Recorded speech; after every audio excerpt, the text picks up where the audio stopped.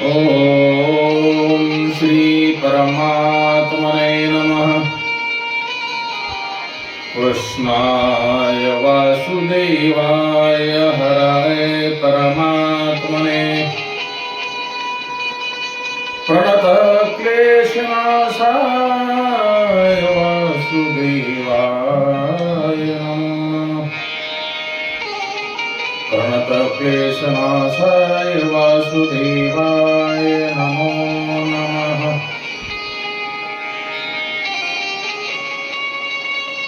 श्रीमद भगवद्गीतेच्या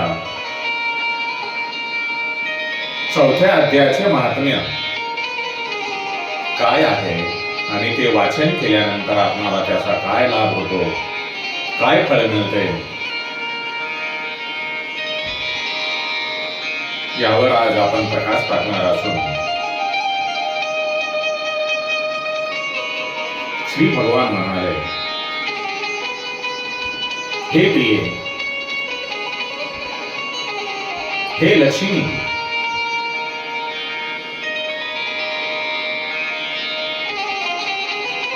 भागीरथीना जी गंगा हिच्या तीरावर म्हणजे काठावर वाराणसी नावाचे एक नगर आहे, हे आपण सर्वजण जाणत आहात। तेथे श्री विश्वनाथ बाबांच्या दरबारामध्ये भरत नावाचा एक योगनिष्ठ महात्मा पूजा अर्चा करण्यासाठी राहत होता।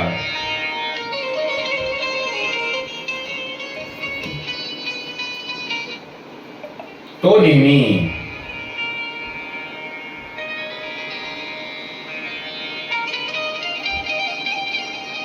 भगवंताच्या ध्यानामध्ये, आत्मचिंतनामध्ये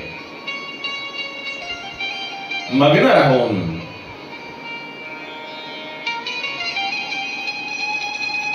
देवादिदेव महादेव यांच्या समोर, यांच्या शिवलिंगासमोर श्रीमद भगवद्गीतेच्या 4थ्या अध्यायाचे श्रीमद भगवद्गीतेच्या 4थ्या अध्यायाचे वाचन, मनन,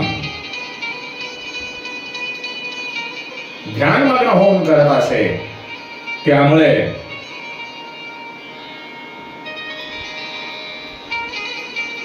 त्या योगनिष्ठ महात्म्याचे अंतःकरण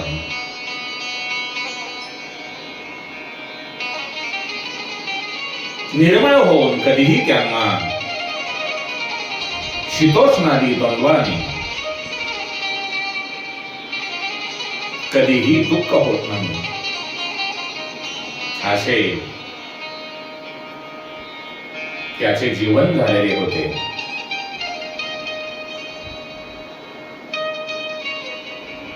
एकदा तो तपस्वी काशीच्या सीमेवर असलेल्या देवतांचे दर्शन करण्याच्या इच्छेने फिरत असताना नगराबाहेर पडतो। तेथे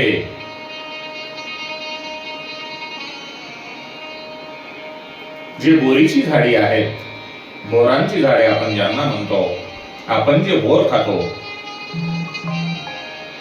ती 2 बोरांची झाडे होती।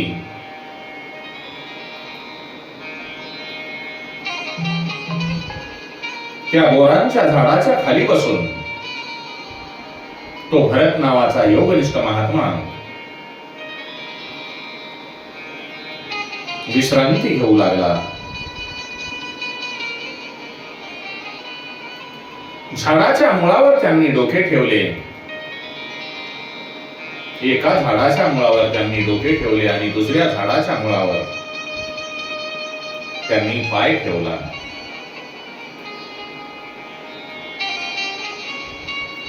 आणि 4थ्या अध्यायाचे पूर्ण वाचन झाल्यानंतर तो भरत नावाचा योगनिष्ठ महात्मा तिथून निघून जातो। त्यानंतर 5 ते 6 दिवसातच ती 2 बोरीची झाडे पूर्णपणे सुकून जातात. त्यांच्यावर पाने फांद्या काहीही राहत नाही. या झाडातील जीव कोणत्या तरी ब्राह्मणाच्या घरी पवित्र घरामध्ये 2 मुलींच्या रूपाने जन्म घेतात.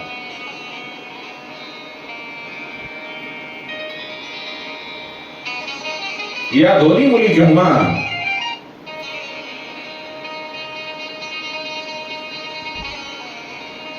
सात वर्षाच्या झाल्या तेव्हा एके दिवशी अनेक देश फिरून आलेल्या भरत मुनींचे त्यांना दर्शन मिळाले.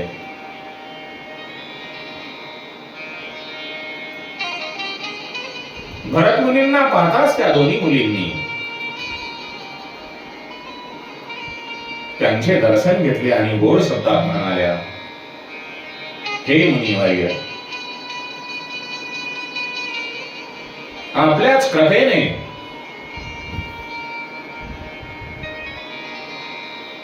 आम्हा दोघींचा उद्धार झालेला आहे.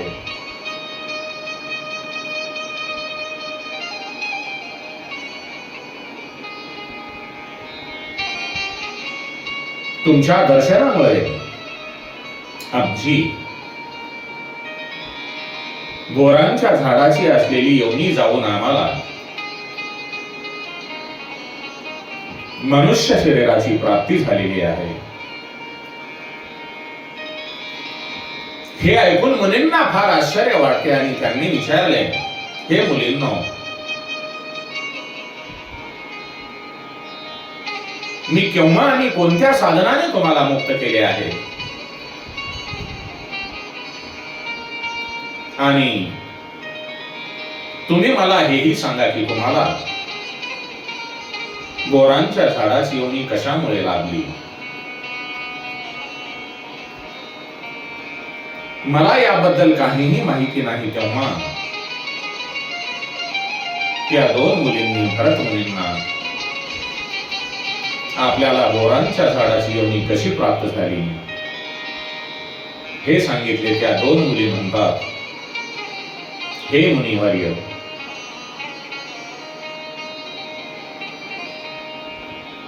गोदावरी नदीच्या तीरावर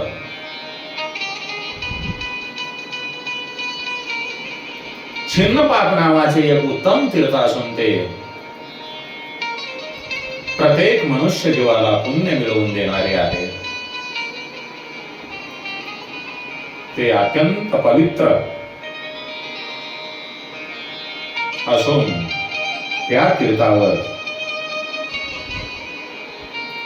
सत्यतपा नावाचा एक तपस्वी अत्यंत कठोर तपश्चर्या करीत होता.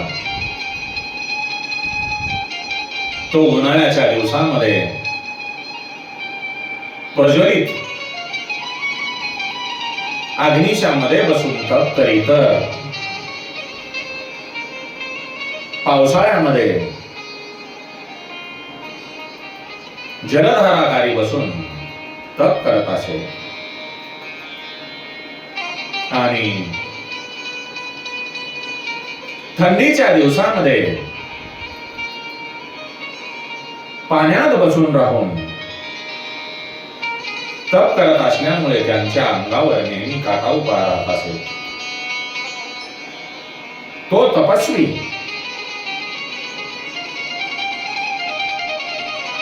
नेहमी अंतर्बाह्य शरीराने आणि मनाने शुद्ध राही. त्याच्या मनामध्ये कोणताही विकार येत नव्हता आणि तो ठरलेल्या वेळी योग्य वेळी ध्यान धारणा करी. तेव्हा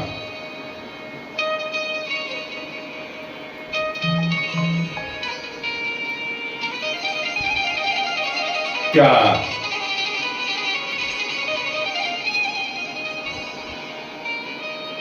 तपस्वी हा आपल्या मुखातून भगवंताचे गुणगान करी आणि चांगल्या प्रकारे व्याख्याने देत असल्यामुळे, कथा करत असल्यामुळे स्वतः ब्रह्मदेव सुद्धा त्यांच्या कथा ऐकण्यासाठी तिथे येत असत आणि त्यांना प्रश्न विचारित. त्या तपस्व्याला ब्रह्मदेवाविषयी काहीही परके वाटत नसे. ब्रह्मदेव जरी त्याच्या जवळ आले तरी तो आपल्या साधनेमध्ये आपल्या तपस्येमध्ये मग्न राहत होता. तो परमेश्वराच्या चिंतनामध्ये परमात्मा चिंतनामध्ये नित्य घडून गेल्यामुळे आपल्या समोर कोण आलेले आहे आणि कोण नाही हे त्यांच्या लक्षात येत नव्हते. तो नित्य तपश्चर्यामध्ये घडून गेल्यामुळे दिवसेंदिवस त्याचे तप वाढत होते. तेव्हा देवांचा जो राजा इंद्र आहे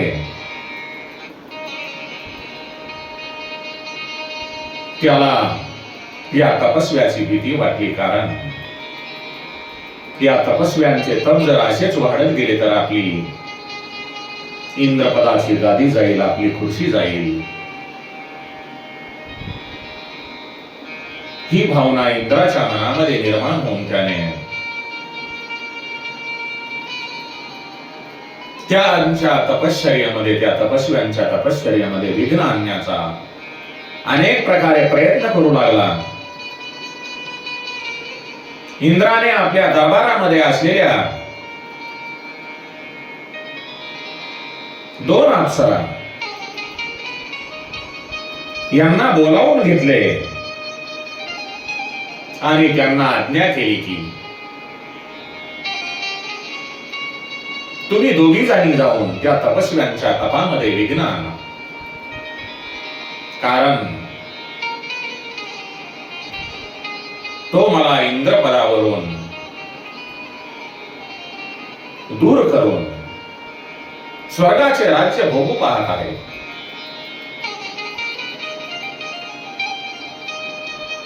देवांचा राजा इंद्र असलेल्या त्यांच्या आज्ञेनुसार आम्ही दोघी जणी गोदावरी नदीच्या काठावर जेथे तो तपस्वी तप करीत होता त्या ठिकाणी गेलो. तेथे आम्ही दोघी जणी मधुर आवाजामध्ये गायन चालू केले. इतकेच नव्हे तर त्या योगी महात्म्याला वश करून घेण्यासाठी स्वर ताल आणि लय धरून आम्ही नृत्यही करू लागलो. अधून मधून आम्ही अंग प्रदर्शन करून त्या योग्यांच्या तपस्व्यांच्या मनामध्ये कामभाव निर्माण व्हावा म्हणून कामभावाचे उद्दीपन करू लागलो. परंतु त्या परमात्म्याच्या निर्विकार चित्तवृत्तीच्या महात्म्याच्या मनामध्ये आमच्याबद्दल क्रोध उत्पन्न झाला.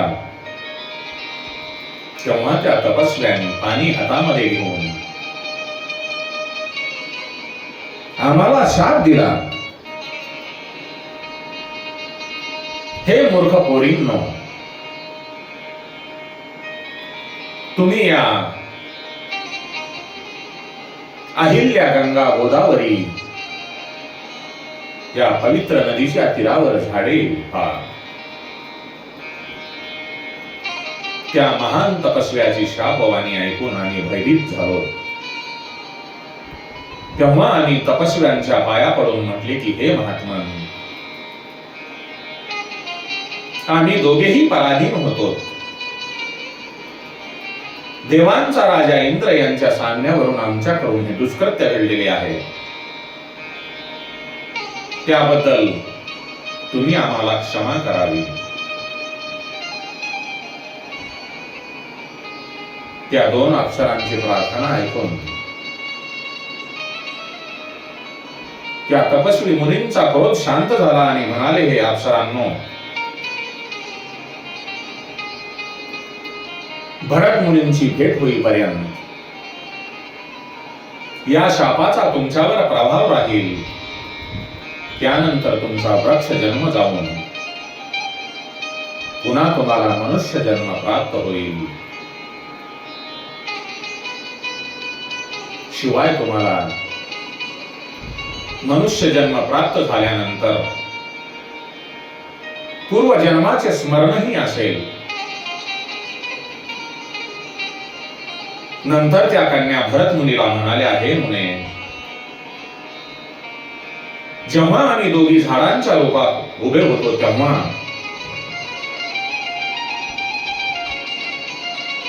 आपण आमच्या जवळ येऊन गीतेच्या 4थ्या अध्यायाचे वाचन करून आमचा उद्धार केला आहे. म्हणून आम्ही आपल्याला नमस्कार करतो. आपण आम्हाला केवळ शापापासूनच नव्हे तर या भयंकर संसारापासूनही मुक्त केलेले आहे.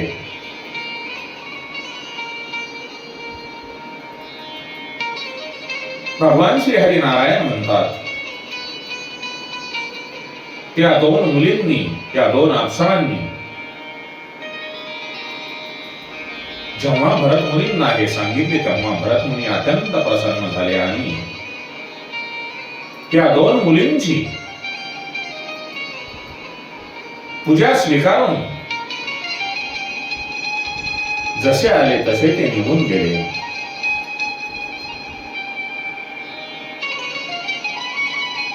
तसेच त्या दोघी मुलीही मोठ्या श्रद्धेने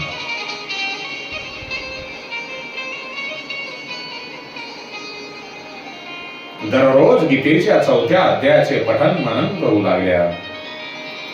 त्यामुळे त्यांचा उद्धार झालेला आहे. भाविकांनो, भक्तांनो, गीतेची सुगमवल्ली ही इतकी सुंदर आहे. जर एखाद्या महात्म्याकडून आपल्याला शाप मिळाला असेल तर त्या शापाचे निर्मूलन आपल्याला करून घेण्याची इच्छा असेल तर आपण श्रीमद भगवद्गीतेच्या 4थ्या अध्यायाचे वाचन, श्रवण आणि मनन आपल्या घर मंदिरामध्ये करा किंवा एकांत ठिकाणी जाऊन मंदिरामध्ये गीतेचा 4था अध्याय वाचा, जेणेकरून आपल्याबद्दल कोणी अभद्र बोलून आपणाला शाप दिलेला असेल तो शाप नक्कीच संपुष्टात आल्याशिवाय राहणार नाही. कारण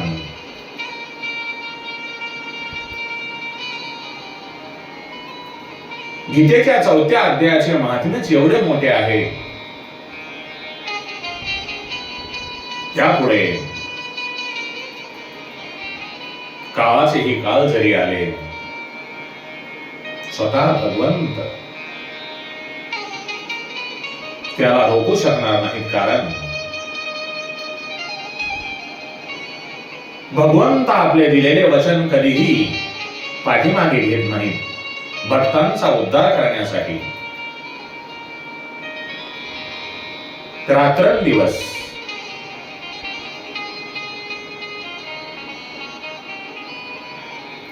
समोर उभे असतात. हरिपाठामध्ये एक सुंदर म्हण आलेली आहे, मागे पुढे उभा आहे सांभाळीत, आली आघात निवारावया. मग भगवंतांनी सांगितलेली गोष्ट भगवंत कसे काय पूर्ण करू शकणार नाही. म्हणून शापातून मुक्त होण्यासाठी आपण गीतेच्या 4थ्या अध्यायाचे वाचन करा. गोपाल कृष्ण भगवान की जय. ओम नमो भगवते वासुदेवाय. कृष्णं वंदे जगद्गुरुं. श्री कृष्ण गोविंद हरे मुरारे. हे नाथ नारायण वासुदेवाय. हे नाथ नारायण वासुदेवाय. हे नाथ नारायण वासुदेवाय.